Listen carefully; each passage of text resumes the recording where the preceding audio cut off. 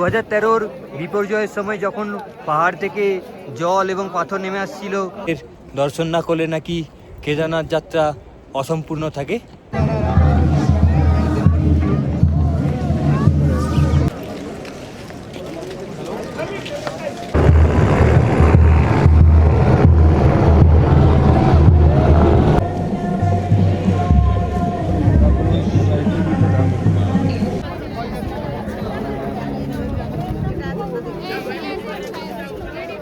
এই দেখুন বাবা ভৈরবনাথের মন্দির। এই আদিগুরু শঙ্করাচার্যই হলেন কেদারনাথ মন্দিরের নির্মাতা। হর হর মহাদেব বন্ধুরা, কেদারনাথ থেকে সবাইকে স্বাগত। চলে এসেছি আরও একটি নতুন ভিডিও নিয়ে। আজকে 22শে এপ্রিল, আজকেই খুলে যাচ্ছে এবছরের জন্য কেদারনাথ মন্দিরের দরজা।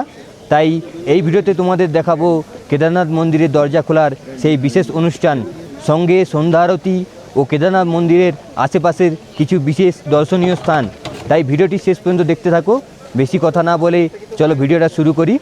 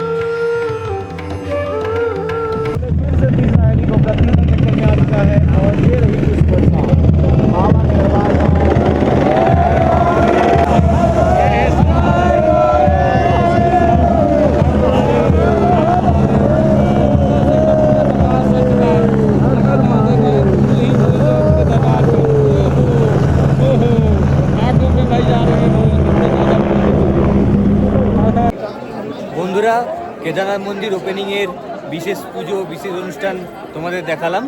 এরপর পুজো দেওয়ার পালা, তাই লাইন দিতে যেতে হবে। চলো এবার লাইনে যেয়ে দাঁড়াই। বিশাল লম্বা লাইন পড়েছে, দেখি কখন পুজো দেওয়া সম্পন্ন হয়, কখন দর্শন মেলে বাবা কেদারনাথের।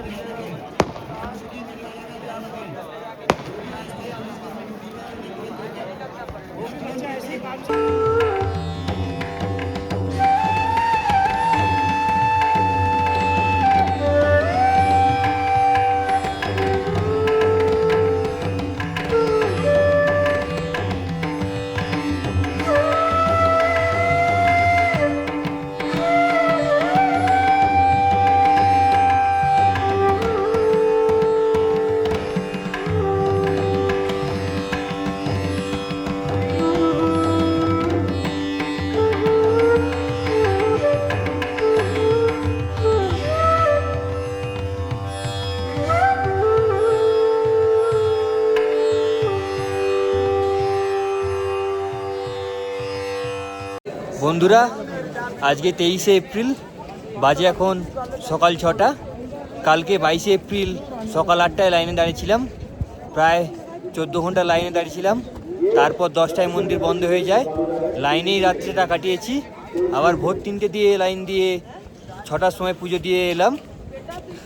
কেদারনাথ বন্ধু সহজ নয়, যেমন 12 ঘন্টা হেঁটে আসতে হয়, তেমন পুজো দেওয়ার লাইনও থাকে বিশাল। কেদারনাথ বাবার ভালোভাবে স্পর্শ দর্শন করে এবার চলে যাচ্ছি বাবা ভৈরবনাথের দর্শন করতে। মানা হয় কেদারনাথ দর্শনের পর বাবা ভৈরবনাথের দর্শন না করলে নাকি কেদারনাথ যাত্রা অসম্পূর্ণ থাকে। তাই এবার চলে যাচ্ছি বাবা ভৈরবনাথের দর্শন করার জন্য। কেদারনাথ মন্দিরের পাশের পাহাড়েই রয়েছে বাবা ভৈরবনাথের মন্দির। এই পাশের পাহাড়ে সিঁড়ি বেয়ে উঠতে হবে আমাদের। ওপরে রয়েছেন বাবা ভৈরবনাথ। চলে এসেছি বাবা ভৈরবনাথের মন্দিরে। এখান থেকে নিচের দৃশ্যটা দেখুন, ওই দূরে দেখা যাচ্ছে বাবা কেদারনাথের মন্দির।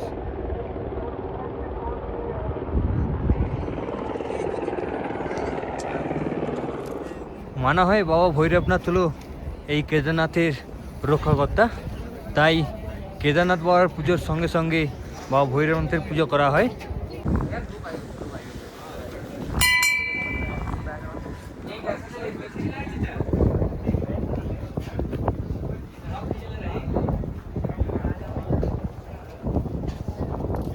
এই দেখুন বাবা ভৈরবনাথের মন্দির।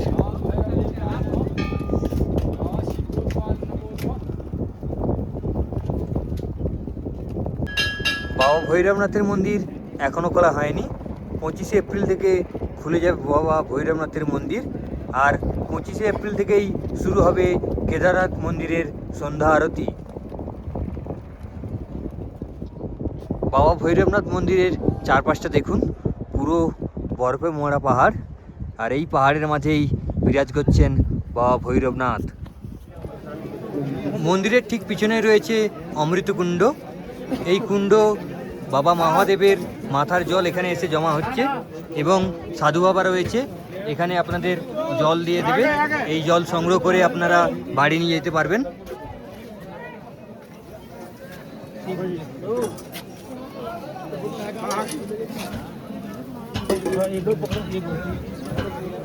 এখানে সাধু বাবারাও রয়েছেন, সাধু বাবাদের কাছ থেকে আশীর্বাদ নিয়ে নিতে ভুলবেন না।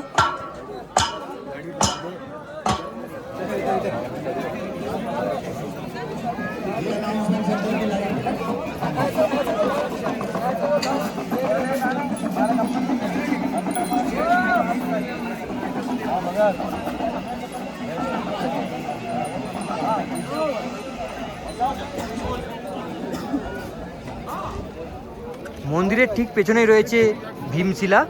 2013-র বিপর্যয়ের সময় যখন পাহাড় থেকে জল এবং পাথর নেমে আসছিল, তখন এই শিলাই মন্দিরকে রক্ষা করে ওই বান এবং পাথরের থেকে। তাই মনে করা হয় দ্বিতীয় পাণ্ডব ভীমদেবী এই শিলা দ্বারা মন্দিরকে রক্ষা করেন, তাই এই শিলার নাম দেওয়া হয় ভীমদেব শিলা। ভীমশিলার ঠিক পেছনে রয়েছে এইরকম বড় বড় দুটি ত্রিশূল। এখানে সবাই সেলফি ও ফটো নিচ্ছেন। ভীমশিলা থেকে কিছুটা পিছিয়ে এলেই রয়েছে আদিগুরু শঙ্করাচার্যের মন্দির।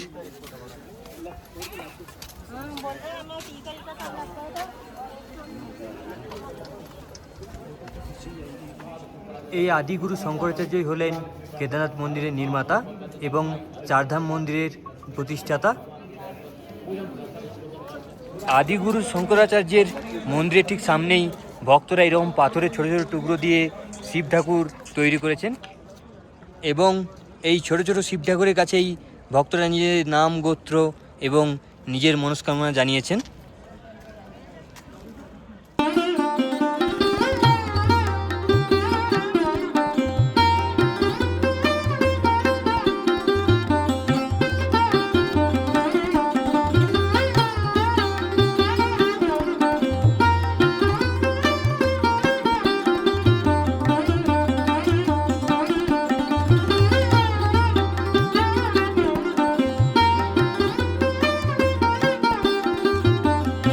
এখানে কেদারনাথে আগত ভক্তদের জন্য ভান্ডারার ব্যবস্থা রয়েছে। এই ভান্ডারায় বিনামূল্যে শ্রদ্ধালুরা খাবার খেতে পারবেন। 18 থেকে 25 তারিখ পর্যন্ত চলবে এই ভান্ডারা। বন্ধুরা, কেদারনাথ মন্দিরের দরজা খোলার অনুষ্ঠান দেখালাম, সঙ্গে দেখালাম পুজোর লাইন কেমন ছিল, কিভাবে পুজো দিলাম, এবং কেদারনাথ মন্দিরের আশেপাশের কিছু দর্শনীয় স্থান। এবছর এখনও পর্যন্ত আরতি শুরু হয়নি, যেহেতু বাবা ভৈরবনাথের দরজা এখনও খোলেনি, তাই সন্ধ্যা আরতি এখনও শুরু হয়নি, তাই সন্ধ্যা আরতিটা দেখাতে পারলাম না। এখানেই শেষ করছি কেদারনাথের ভিডিও। দেখা হচ্ছে পরবর্তী ভিডিওতে। হর হর মহাদেব।